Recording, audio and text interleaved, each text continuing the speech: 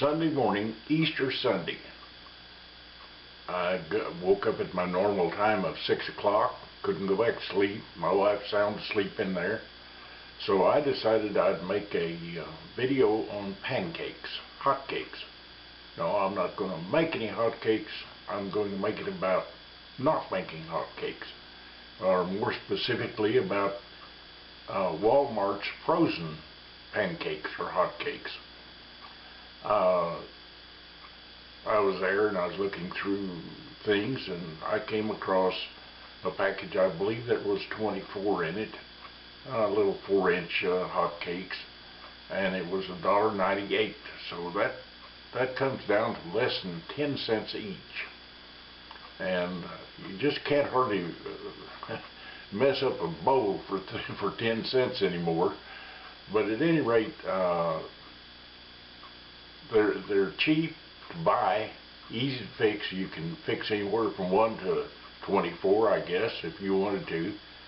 But in making your own hotcakes, it's a little involved, and it's just impossible to make hotcakes for one person.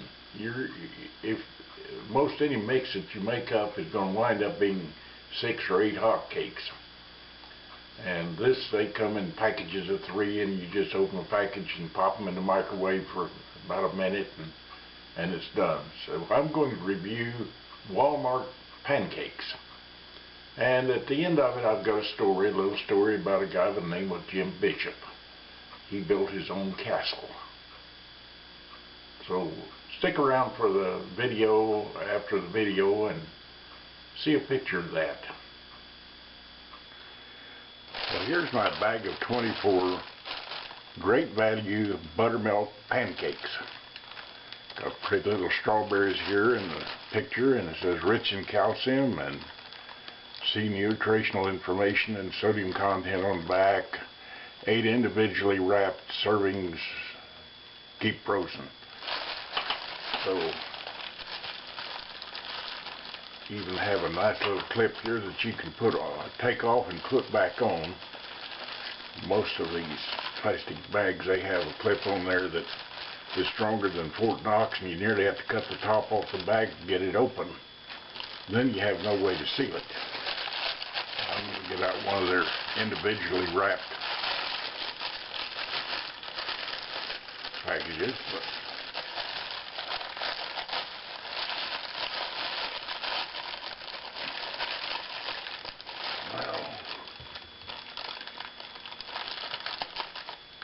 so much for that.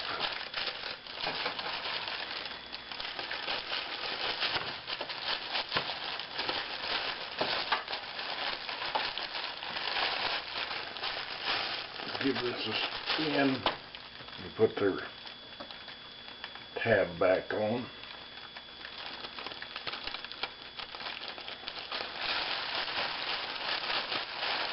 Now see what it says about it.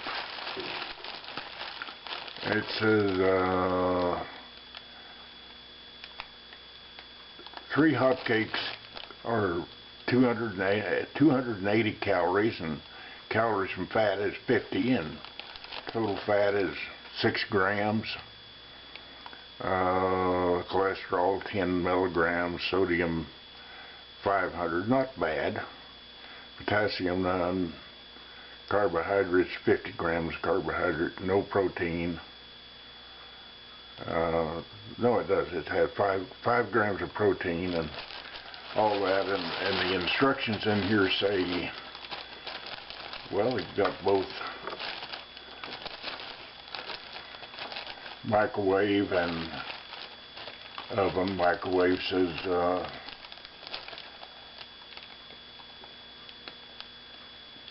approximately 45 seconds for 2 pancakes, 60 to 70 seconds for 3. Since microwaves vary, we know all that. Or oven, if you want to do it in there, preheat oven to 375 and place pancakes on a wire rack or baking sheet for 3 minutes until warm. If pancakes are thawed out, bake 2 minutes, 2.5 minutes. 3 minutes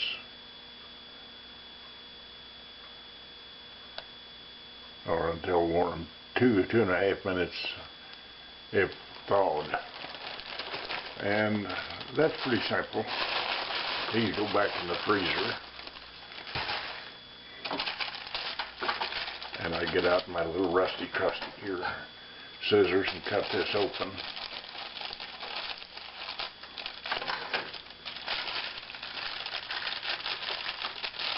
And I've got 3 little 4-inch pancakes here. They come apart. Yeah. So I'm going to fix those in the microwave, and I think I'll make some sausage to go along with them. Okay, there's the hotcakes on a paper towel in the microwave, and I'm going to cook that for 70 seconds.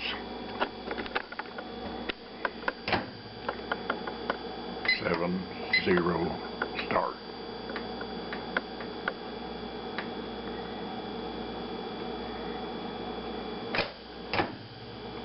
Cook time 70 seconds, or that's 70 minutes. Well, I'll do it the easy way then. I'll push the 30-second one and do it again, and that ought to do it. See it counting down there? It's working. Don't have to be an electrical engineer to run a microwave. Well, I checked them at 60 seconds and they were nice and hot, so I'm going to go ahead and plate them up like that. They are hot. By the way, while I was waiting for the coffee maker to finish, I did cook myself an egg and sausage to go along with them. Now it's ready to go to the table. Well, here it is at the table. You know, looking at that, I just figured out something. If I put the sausage and the egg between 2 of these, I'd have me a breakfast sandwich. Next time I'm short on buns for the sandwich, I'll know what to do. But first I want to take a bite of them here without any syrup or anything else, since the test is for the pancakes and not for Aunt Jemima, or in this case Country Kitchen syrup.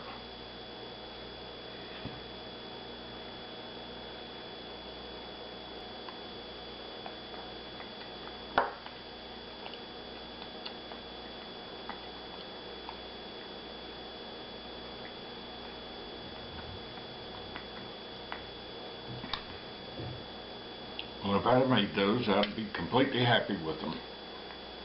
They're good, they have a good taste, they have good texture and feel.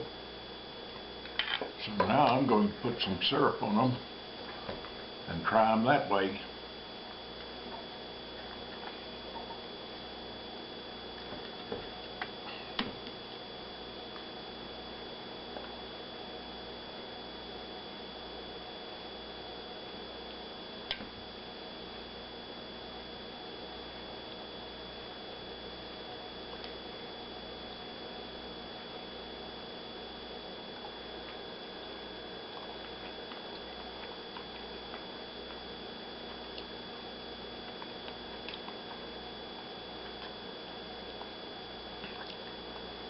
You know, I would pronounce those as not only good pancakes and a good buy, but a real time saver.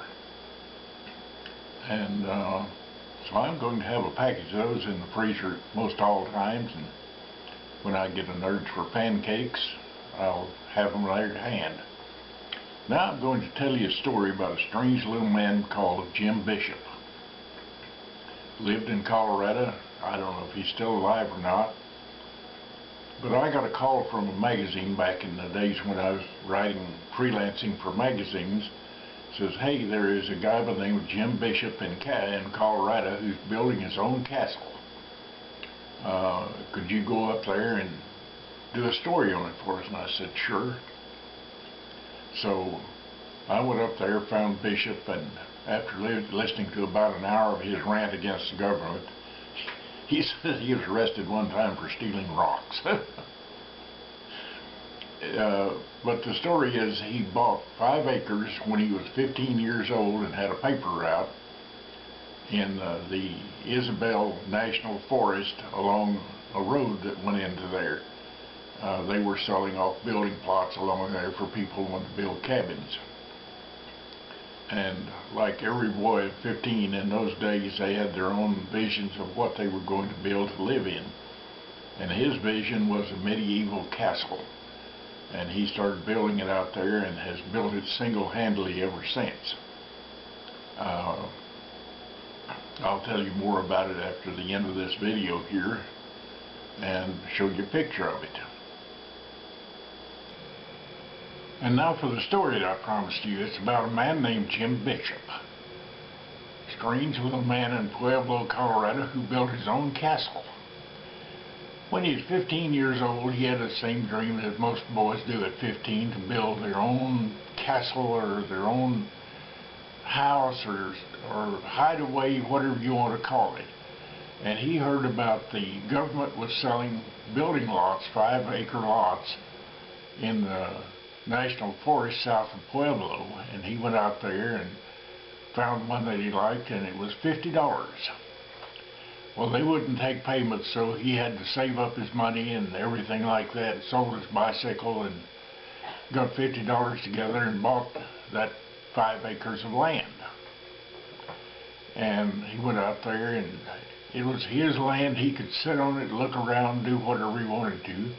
So he decided to build a cabin out there, which he did about 10 by 20 feet, and he would go out there on weekends and things like that. And he was sitting there one day and looking at all those piles of rocks around there, and he thought that would make good construction material. So he cleared off a space there and started building his castle. He didn't know what it was going to look like, but he would know when he finished it.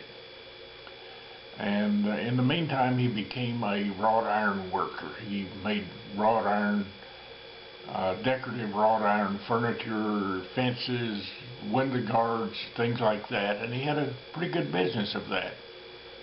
And he was quite an artisan. But anyway, as time went along and he built on his castle and kept expanding on it, and then the government got into it, the various agencies, and the county building department came out there and said, "What are you building?" He says, "I'm building a castle." And they said, "What? Let's see your plans." Well, he didn't have plans. And he fought them for a while, and then they wanted an engineered drawing of what it's going to look like, and he says it's going to be built out of rocks. Well, as he slowly used up his rock supply around there within a couple hundred yards of that, he had to get out there on the road, and they had moved thousands of tons of rocks out of the way to build that highway out into the San Isabel National Forest. And they were piled along the sides, and he could go out there and pick up the size and shape rocks as he wanted. And then one day, some guy from the National Forest came out there and served papers on him for theft of rocks. And he said, "I didn't steal them, I just moved them." But anyway, he was always in a battle of some kind with some legal repercussions. But he built on this for years. And it just so happened that I was a freelance photographer and magazine writer, and I got a call from an editor wanted to know if I could go out and do a story on Jim Bishop. The name of the magazine was Coal People. Well, I knew of the magazine called Coal Age, but I never heard of Coal People. But it was a magazine, so I did that and shot pictures and wrote the article and sent them to him and to the editor. And about 2 or 3 months later, I got a tear copy of the article, and a full bleed front cover and photo and everything, and it was beautiful. But I looked in there, and the thing that's missing in there was my check. So I contacted him and I said, "By the way, I didn't get a check for my article." And he, "Oh, you want to be paid?" Well, it was an assignment. So we talked it over, and he thought the normal rate of $1,000 for a cover and a story was too much, so we settled on 500. And but he was shocked to think that I didn't just love to write and go out and spend my time and skills and for no reason. But at any rate, this is a picture of the Bishop Castle as it is today.